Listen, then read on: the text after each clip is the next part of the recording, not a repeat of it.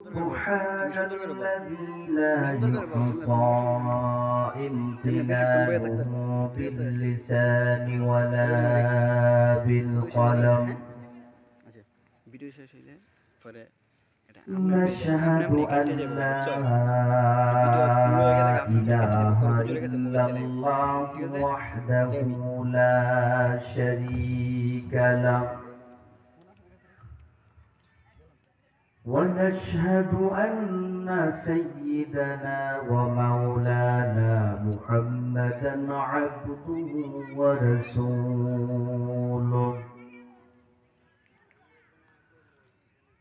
الذي أرسله بالحق بشيرا ونذيرا وداعيا إلى الله بإذنه وسراجا منيرا أما بعد فأعوذ بالله من الشيطان الرجيم بسم الله الرحمن الرحيم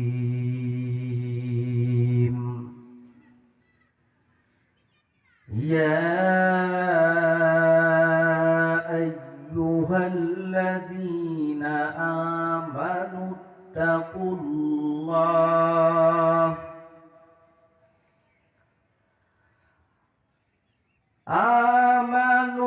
اتقوا الله وكونوا مع الصادقين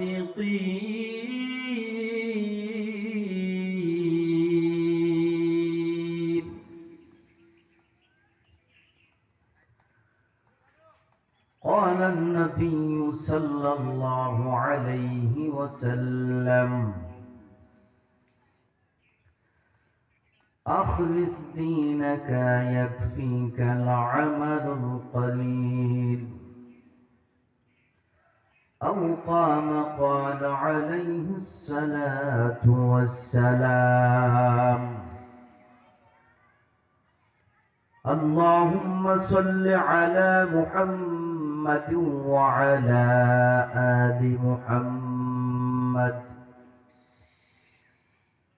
كما صليت على إبراهيم وعلى آل إبراهيم إنك حميد مجيد اللهم بارك على محمد وعلى آل محمد كما باركت على إبراهيم وعلى آل إبراهيم إنك حميد مجيد নদী পথে নৌকা চলে ও মাঝি ভাই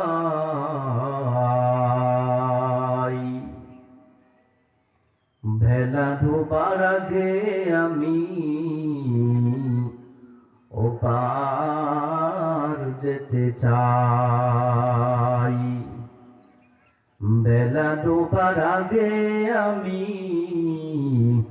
ও পার যেতে চাই নদীর পার ভাঙে ও পার ঘরে এই তো নদীর খেলা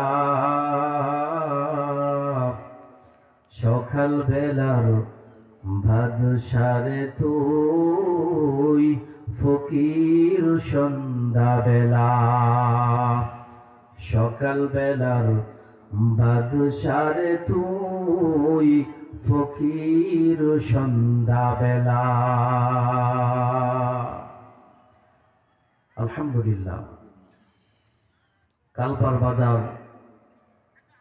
সমাজ কল্যাণ যুব সংগঠনের উদ্যোগে কবরবাসীদের রোহের মাগফিরাত কামনাই তৃতীয় বার্ষিক ইসলামী মহাসম্মেলন। আজকের এই মহাসম্মেলনে সভাপতি হিসেবে দায়িত্ব পালন করছেন হাজী মোহাম্মদ আব্দুল হাই চকবালিয়া,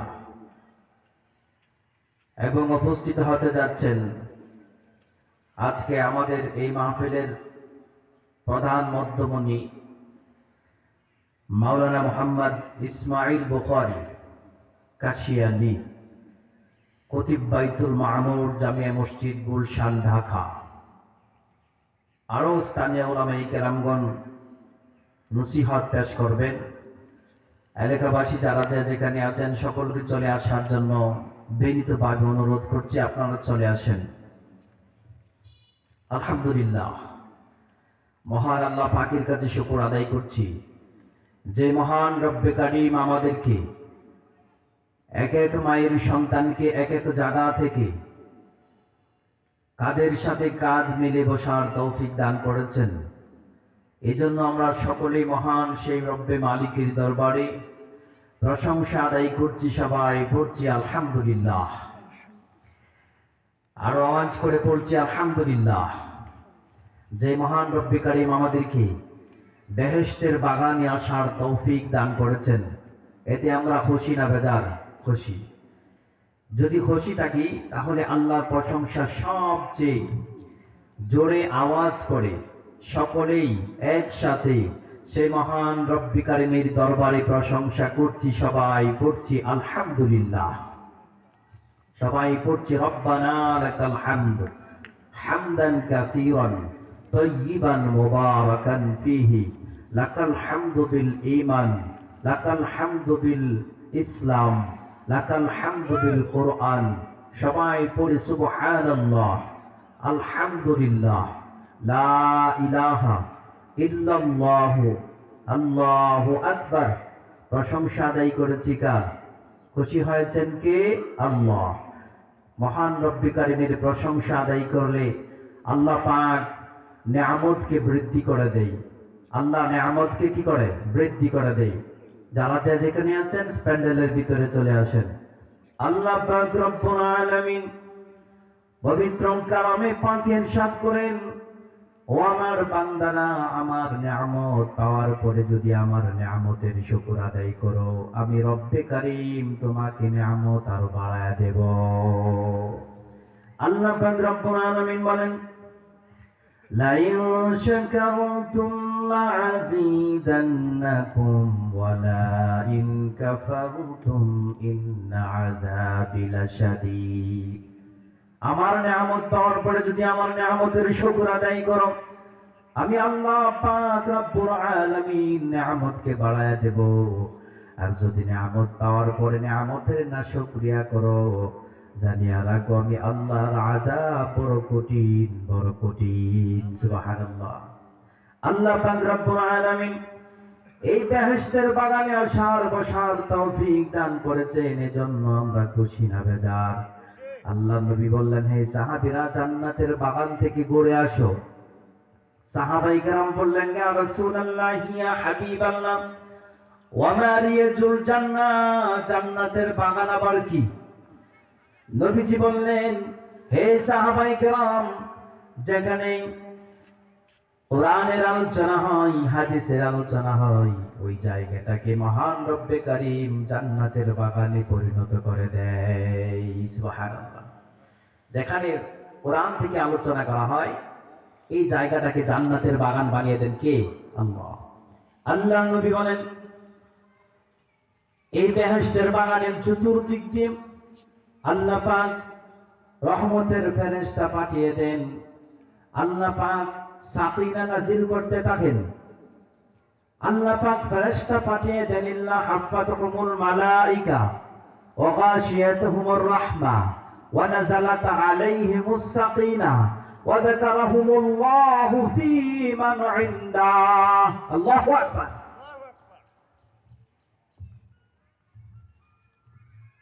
আল্লাহ পাক আমাদেরকে এমন একটি জায়গায় বসিয়েছেন যে জায়গাটি হলো আল্লাহ পাক অসংখ্য অগণিত ফেরেশতাদেরকে আল্লাহ পাক পাঠিয়েছেন এবং রহমত আল্লাহ পাক নাযিল করতেছেন। সুবহানাল্লাহ সুবহানাল্লাহ।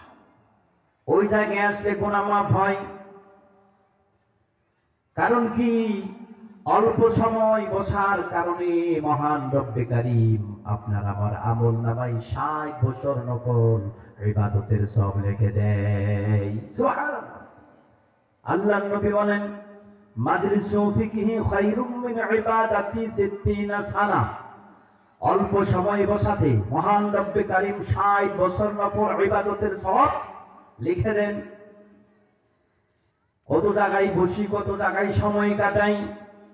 অল্প সময় বসাতে যদি ৬০ বছর নফল ইবাদতের সওয়াব পাওয়া যায়, এর চাইতে বড় আর কিছু হইতে পারে না। কে আছেন এখানে যে আমরা ৬০ বছর বাঁচবো? গ্যারান্টি আছে? কোনো গ্যারান্টি নাই। আল্লাহর নবী এমন একজন নবী ছিলেন, তিনি যা বলেছেন উম্মতের জন্য মানা সুন্নাত, যা করেছেন মানা কি সুন্নাত। নবী যা বলেছেন অন্তরে বিশ্বাস করতে হবে, আমল করতে হবে, তাহলে সুন্নাহ আদায় হবে। আল্লাহু আকবার। সুন্নাত আদায় হবে। কারণ আমার নবী ছিলেন এমন একজন নবী, as a father, as a preacher, as a messenger, is the superman of the world. আমার নবী ছিলেন সারা বিশ্বের জন্য একজন সুপারম্যান পাওয়ার। আল্লাহু আকবার বলেন। আল্লাহ পাক আমাদের প্রত্যেককে এই যে কথা, এই কথাগুলা কত বড় দামি কথা। आजादी पुकार में है उनके तबाही, आजादी पुकार में है उनके तबाही, रखते नहीं ज़ुक़रा कज़ाब बुरक़ा सरीक़ा, हो फिक्र अगर खम तो आजादी अब कर, इंसान को बना हैवान बनाने का तरीका।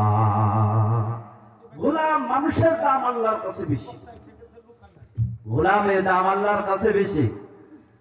কারণ কি? পালা হাতির বড় দাম, জঙ্গলের হাতির কয় টাকা দাম? যদি কাউকে বলা হয় জঙ্গলে যান, হাতি আছে, তাহলে ভয়ে কেউ যাবে? যাবে না। পালা হাতি পোষ মানে, কারণ পালা হাতির পিঠের উপরে বসে থাকে।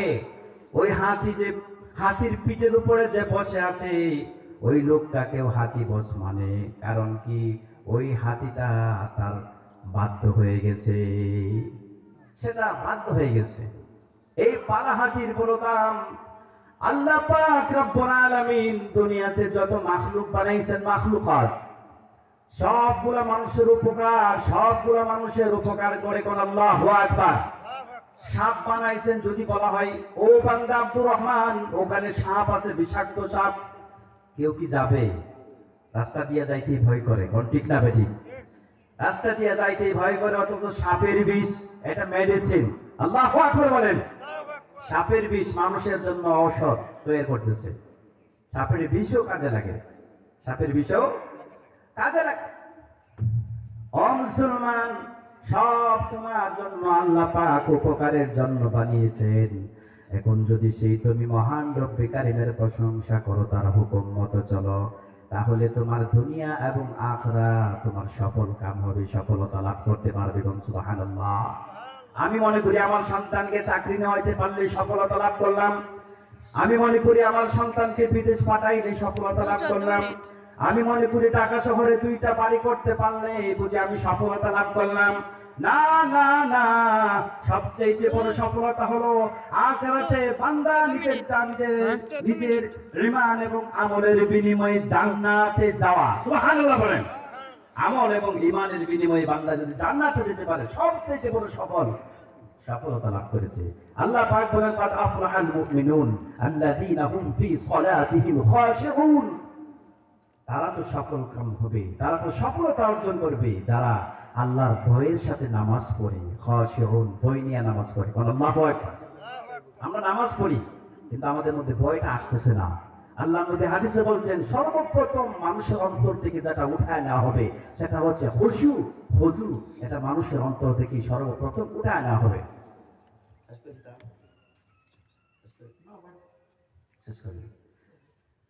সর্বপ্রথম যেটা উঠায় নেওয়া হবে সেটা হচ্ছে খুশু, ভয়। ভয়ের আরবি শব্দ আছে অনেক। খাউ শব্দের অর্থ হচ্ছে ভয়, খুশু শব্দের অর্থ হচ্ছে ভয়, ইত্তাকু শব্দের অর্থ হচ্ছে ভয়। অনেকগুলা ভয়ের অর্থ আছে, কিন্তু সবগুলার অর্থ হচ্ছে একটাই, আল্লাহকে ভয় করতে হবে। আল্লাহকে যদি ভয় করি তাহলে দুনিয়া এবং পরকালে আমরা সফলতা অর্জন করতে পারবো। সুবহানাল্লাহ, সুবহানাল্লাহ। কিন্তু আমরা সফলতা খুঁজি দুনিয়াতে, আখিরাতের সফলতা আমরা খুঁজি না। আজান হইলে মসজিদেও যাই না, নিজেও নামাজ পড়ি না, আমার ছেলে সন্তানকেও নামাজের হুকুম করি না। নামাজ পড়তে হবে, কারণ নামাজ হচ্ছে দ্বীনের খুঁটি। যার মধ্যে নামাজ আছে তার মধ্যে দ্বীন আছে, যার মধ্যে দ্বীন নামাজ নাই তার মধ্যে দ্বীন নাই। ফাজাইল আমল কিতাবের মধ্যে আসছে, নবীজি বললেন যার এক ওয়াক্ত নামাজ ছুটে গেল তার যেন পরিবার পরিজন ধ্বংস হয়ে গেল, লুট হয়ে গেল। আল্লাহ নবী বলেন সবচাইতে বড় চোর হইল নামাজ চোর। সবচাইতে বড় চোর হইল কে? নামাজ চোর।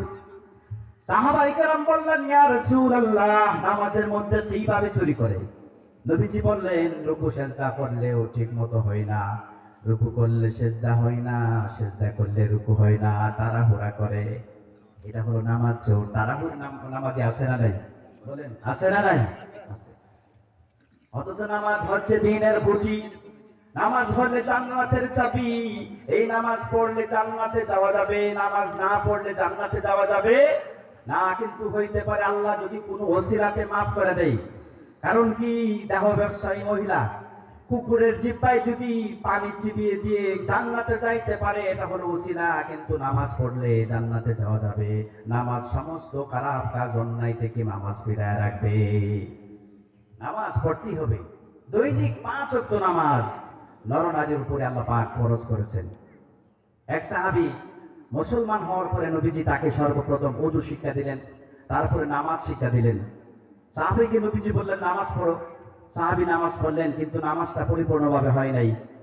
আল্লাহ নবী বলেন হে সাহাবী নামাজ পড়ো। সাহাবী বললেন ইয়া রাসূলুল্লাহ, আমি নামাজ পড়েছি। আবার নবীজি বললেন যাও নামাজটা পড়ে আসো। সাহাবী বললেন ইয়া রাসূলুল্লাহ, ইয়া হাবিবাল্লাহ, আমি যেমন করে নামাজ জানি এরকম ভাবেই পড়েছি। আল্লাহ নবী ওই সাহাবীকে নিলেন নামাজ প্র্যাকটিক্যাল সাহাবীকে শিক্ষা দিলেন। সুবহানাল্লাহ। নামাজ শুধু পড়লেই হবে না, নামাজ যেখানে যেভাবে পড়তে হবে, রুকু সিজদা তাসবিহ তাহলিল সকল কিছু পরিশুদ্ধতার সাথে আদায় করতে হয়। বলেন ঠিক না বেঠিক? আল্লাহ পাক আমাদের সকলকে তৌফিক দান করুক।